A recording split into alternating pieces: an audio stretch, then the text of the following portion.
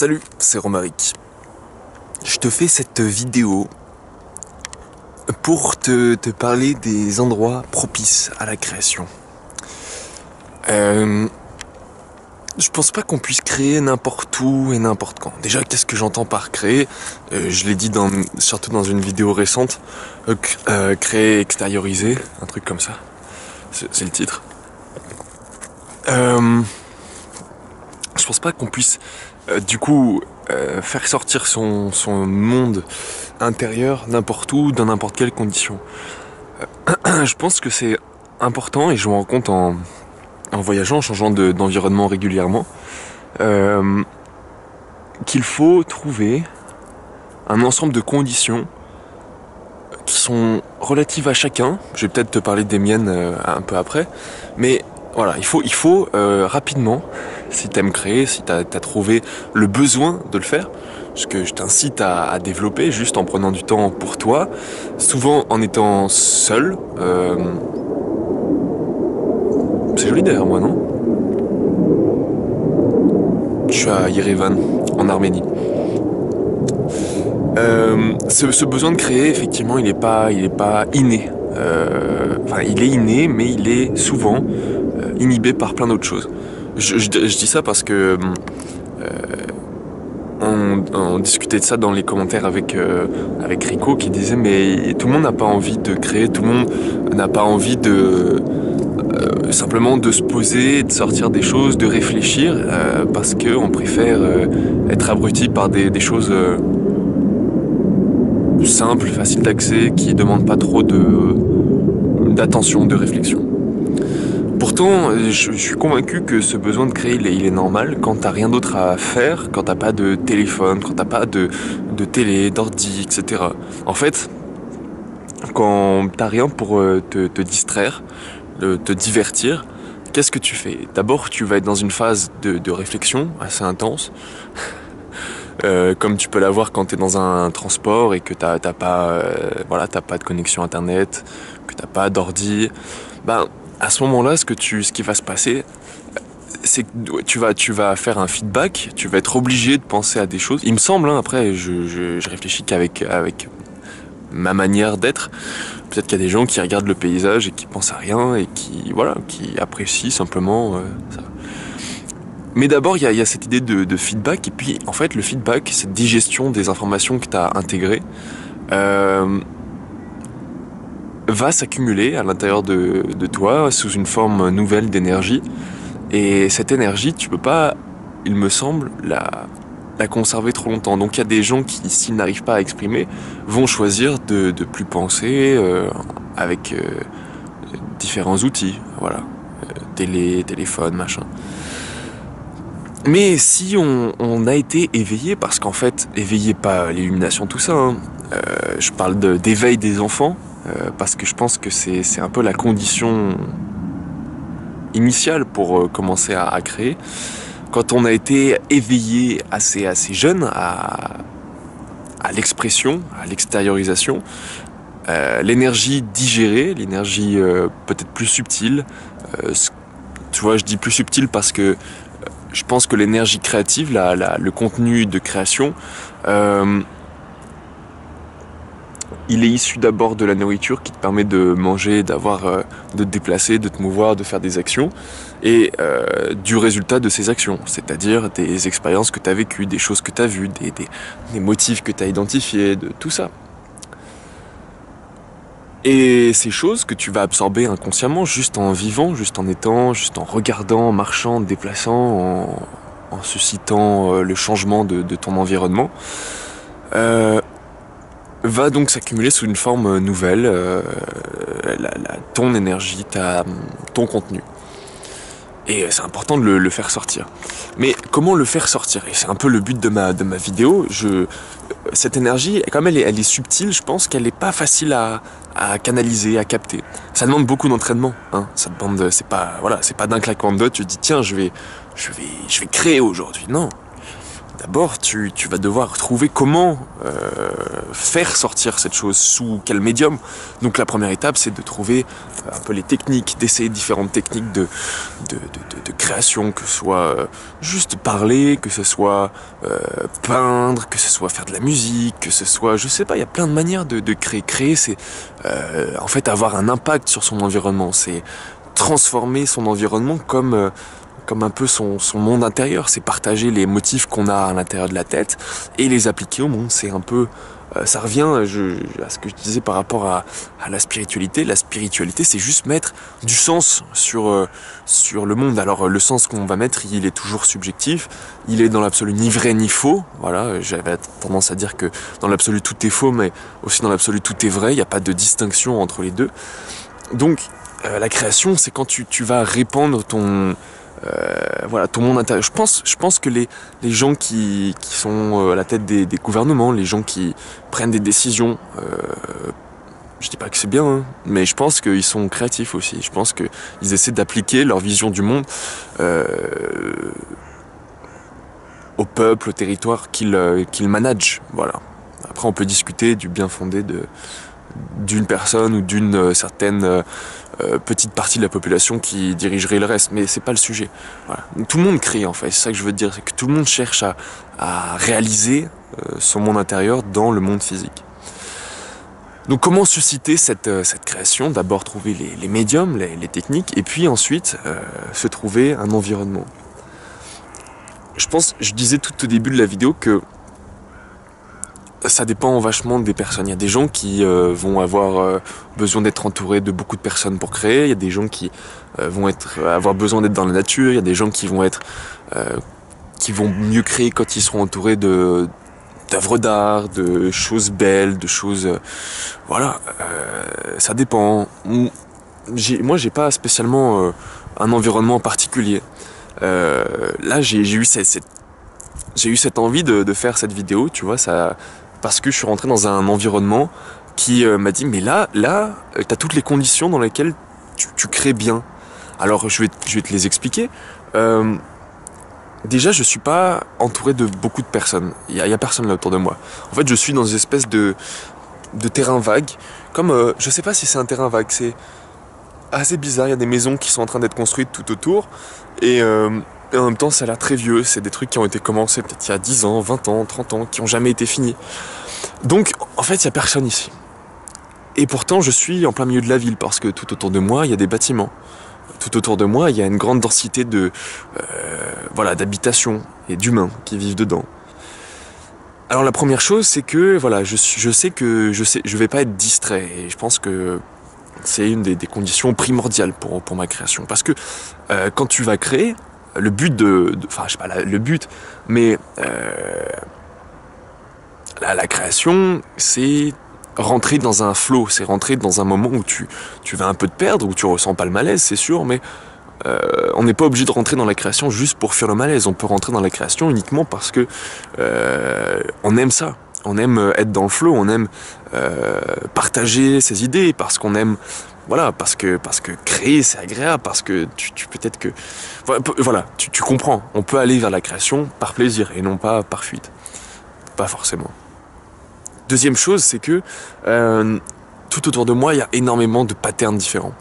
Il y a les patterns naturels comme ce buisson là, tu vois, ces pierres qui sont disposées là comme résultantes à la fois d'une activité humaine, mais avec le travail du temps, avec le travail peut-être de plusieurs années, de plusieurs décennies. Je pense plusieurs décennies, vu qu'il y a des buissons qui ont poussé un peu partout, comme celui-ci qui est très beau avec ses petites feuilles rouges. Donc il y a ces patterns naturels, mais il y a aussi tous ces patterns que tu peux voir dans le fond. Je peux zoomer si tu veux, regarde. Les bâtiments sont vraiment...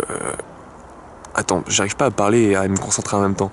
Mais regarde un petit peu tous les différents. Alors là, tu vois que là, je te montre que les trucs moches, hein, les grands immeubles, machin. Mais si tu regardes par là, tu commences à avoir un petit peu des trucs différents, des maisons complexes, des anciens. Non, là, je suis vraiment dans le mauvais exemple. Attends, je dézoome un peu. Voilà, ouais, forcément, je visais pas le bon endroit. Regarde là, par exemple, t'as un pattern humain. Là, ça, c'est mon nez. Voilà. Bon, Non mais t'as compris un peu l'idée. Là il y a des, là par exemple ça c'est super. Tu vois sur ces montagnes, il y a, non tu vois pas bien. Mais j'espère que tu comprends ce que j'essaie ce que j'essaie de te dire.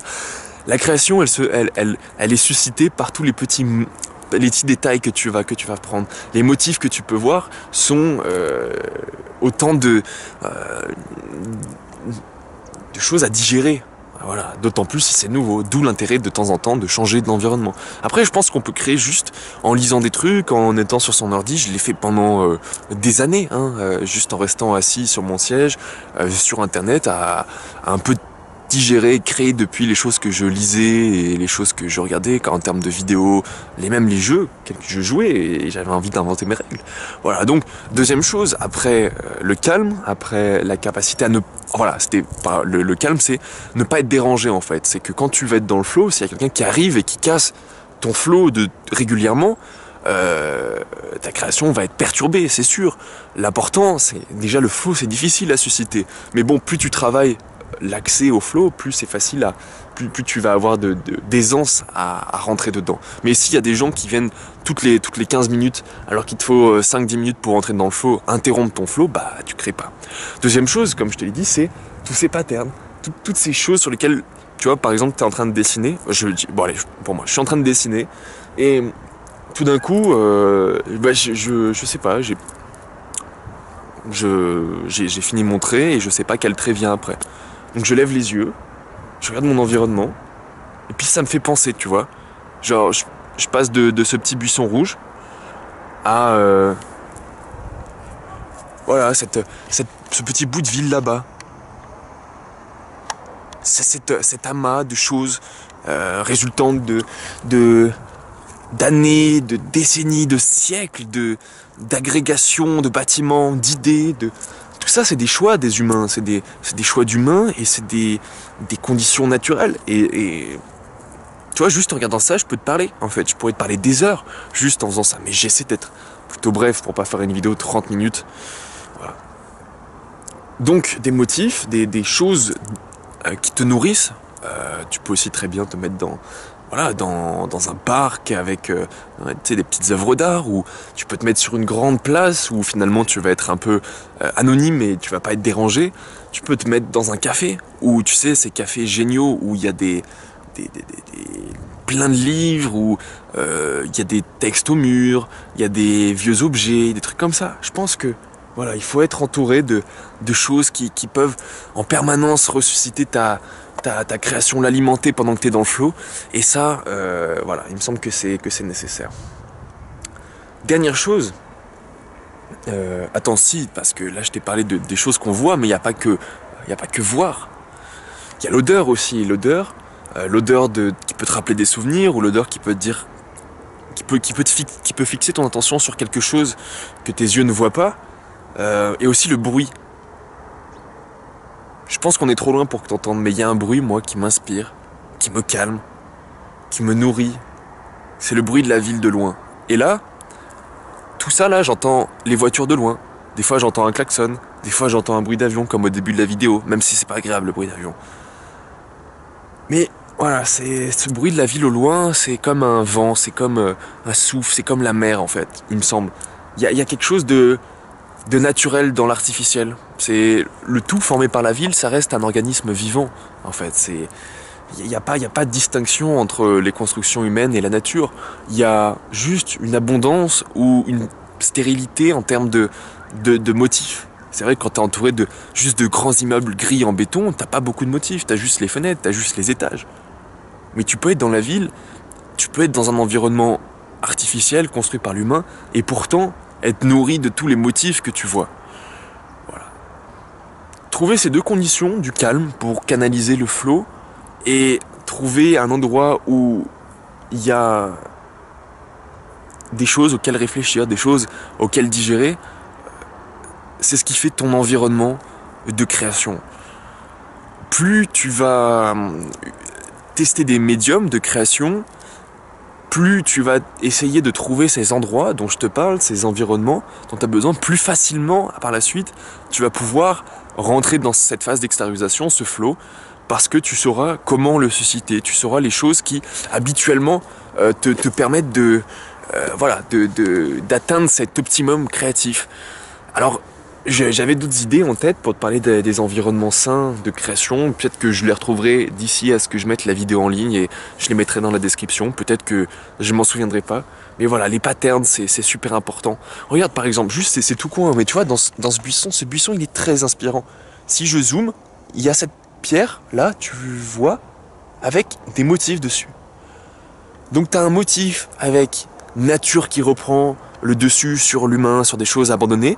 Et ces choses humaines elles-mêmes contiennent des motifs. Elles sont taillées en carré détruits par l'âge avec des formes naturelles comme les silex qui sont un peu cassés selon des axes.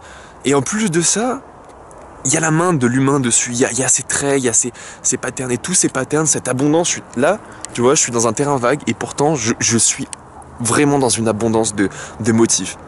Ah oui, un truc très important aussi, c'est le confort. Là par exemple je sais que je vais couper cette vidéo et je vais être obligé de me remettre en marche. Pourtant j'aurais adoré créer ici. Tu sais ce qui me manque? Il me manque deux choses. En fait il me manque vraiment une chose, c'est le soleil, c'est la chaleur. Là mes doigts ils sont engourdis, j'ai tenu la caméra et mes doigts commencent à être engourdis. Il manque aussi, là je passe dans ces endroits et bon je suis en train de travailler là, c'est ma pause de midi à 15h. Heure française ça fait midi. Et du coup je suis un peu captivé pas captivé, mais ce travail m'empêche un peu d'être à l'aise, je suis obligé de me dépêcher. Et voilà, il me faut du temps, du calme, ça fait partie du calme. Mais voilà, quand t'as bien identifié les conditions de création, quand tu vas arrêter d'avoir peur de faire de la merde, parce qu'au début tu vas faire de la merde, c'est le moment où tu testes tes médiums, plus tu vas le faire, plus ça va être facile, plus ça va être plaisant aussi, et plus tu vas trouver ça gratifiant pour toi et parce que les autres aussi vont commencer à se nourrir des choses que t'as digérées, que t'as voulu extérioriser. Donc voilà, je pense que c'est important de rapidement, quand tu changes d'environnement, de trouver les endroits dans lesquels tu vas le mieux créer. À Athènes par exemple, j'étais sur les pentes de l'Acropole à la fin, les dernières semaines et demie. Quasiment tous les après-midi, j'allais me poser là-bas parce qu'il y avait du soleil jusqu'à très tard, jusqu'à ce qu'il se couche.